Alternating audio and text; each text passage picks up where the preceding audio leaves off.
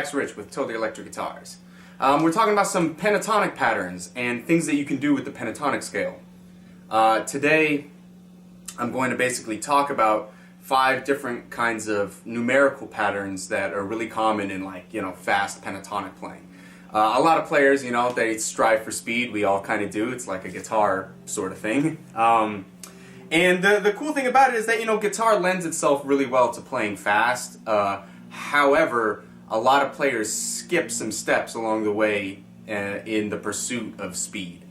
And today, basically, what I want to get across to you is the fact that you don't need to go from like 0 to 60. There's some steps along the way, and there's some little patterns that you can do that'll help facilitate speed and help facilitate like quick kind of like twitch muscle reactions in your fingers, because that's really what's needed.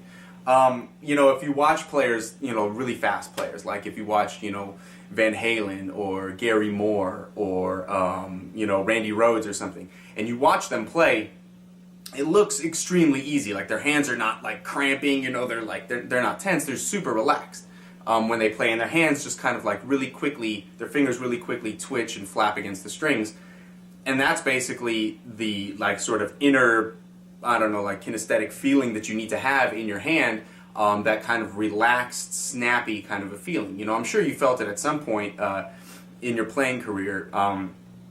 And for those of you guys out there who are, intermediate level players, which you should be in order to kind of tackle this, this is not a beginner lesson. What you want to do is you want to be able to feel that really relaxed and loose control, but yet have it be controlled. And a prime example is, a lot of people, when they start playing rock guitar, they get used to doing some palm muting stuff, maybe something like, that kind of a thing. And if you're at all tense in something like that, you're gonna see it. You're gonna see your hand like moving up and down and like really rigid. But if you're relaxed, which is what's required, you have like a real loose but sharp attack. And it's kind of something that's difficult to show on camera, even in person. But it's something that you kind of have to feel like inwardly, within your own hands. And these pentatonic patterns today, basically they're all in the key of A minor. So if you know your A minor pentatonic scale,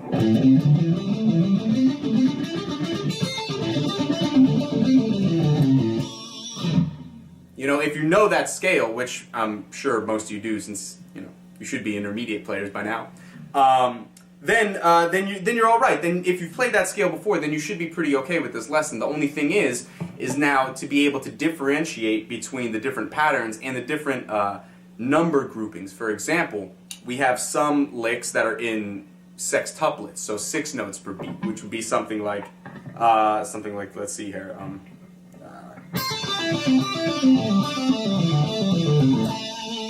1, 2, 3, 4, 5, 6, that kind of a thing. 1, 2, 3, 4, 5, 6. 1, 2, 3, 4, 5, 6. Or you have things that are grouped in 4s. Something like let's see here. I don't know.